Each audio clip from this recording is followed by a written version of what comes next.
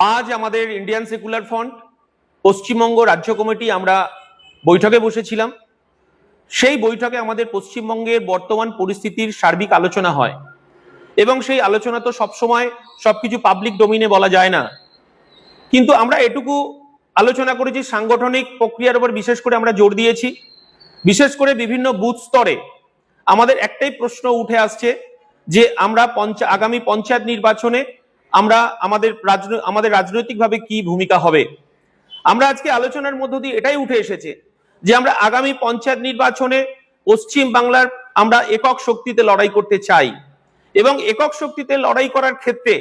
আমি আমাদের বুথ স্তরের কর্মী, দরদি বন্ধু, সমর্থক,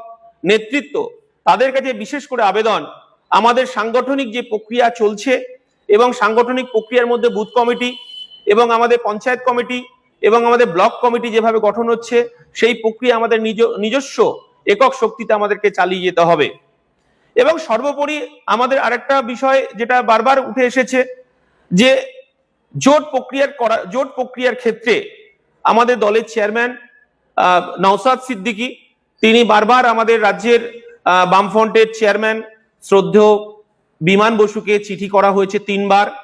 এবং ওখান থেকে আমাদের কোনো সদুত্তর আসেনি। তাই আমরা যেটুকু ভেবেছি, যেটুকু আমাদের সিদ্ধান্ত নেওয়া হয়েছে যে পশ্চিম বাংলায় জাতীয় কংগ্রেস তারা তার মতো সাংগঠনিক প্রক্রিয়া চালিয়ে যাচ্ছে প্রত্যেকটা বুথ স্তর থেকে। আমরা আরো লক্ষ্য করছি যে ভারতের কমিউনিস্ট পার্টি, মার্ক্সবাদী তারা তাদের মতো বুথ স্তরে মানে কমিটি গঠন করছেন এবং অন্যান্য বামপন্থী দল তারাও এই একই প্রক্রিয়া চালু রেখেছে। তাই আমাদের পার্টিতে সিদ্ধান্ত হয় যে পঞ্চায়েত নির্বাচনে একক শক্তিতে লড়াই করার জন্য আমাদের প্রত্যেকটা বুথ স্তরে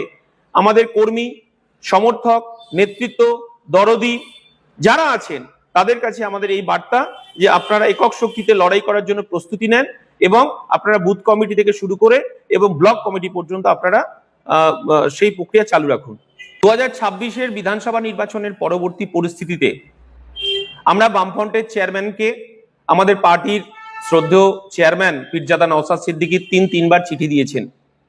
যে এই পরিস্থিতি আলোচনার প্রয়োজন আছে, আলোচনার দরকার আছে, কিন্তু বামফ্রন্টের পক্ষ থেকে কোনরূপ আলোচনার সাড়া আমাদেরকে এখনো পর্যন্ত দেওয়া হয়নি।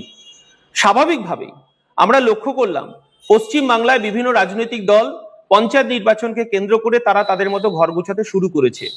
বিশেষ করে কংগ্রেসকে, জাতীয় কংগ্রেসকেও আমরা দেখলাম এবং আমরা লক্ষ্য করছি যে ভারতের কমিউনিস্ট পার্টি, মার্ক্সবাদী সহ বামপন্থী দলগুলি তারাও তাদের মতো সাংগঠনিক প্রক্রিয়া শুরু করেছে। স্বাভাবিকভাবেই আমরা আমাদের পার্টির দরদি বন্ধু, সমর্থক, নেতৃত্বের কাছে আমাদের আবেদন, আমাদেরও পঞ্চায়েত নির্বাচনকে কেন্দ্র করে আমাদের লড়াই সংগঠিত করার জন্য বুথকে শক্তিশালী করতে হবে, বুথ কমিটি তৈরি করতে হবে এবং আমাদের এককভাবে লড়াই করার প্রস্তুতি রাখতে হবে। এটাও আমাদের জেনে রাখা দরকার যে আমরা চিঠির সদুত্তর এখনো পর্যন্ত পাইনি, কিন্তু আগামীতে বিজেপি এবং তার সহযোগীদের বিরুদ্ধে লড়াই করার জন্য যদি আমাদের আন্দোলন কর্মসূচি আবার যদি বামফ্রন্টের চেয়ারম্যান আমাদেরকে ডাকেন তাহলে আমরা আবার তাদের সঙ্গে বসতে রাজি আছি এবং তাদের জন্য আমাদের দরজা সবসময় খোলা রইল।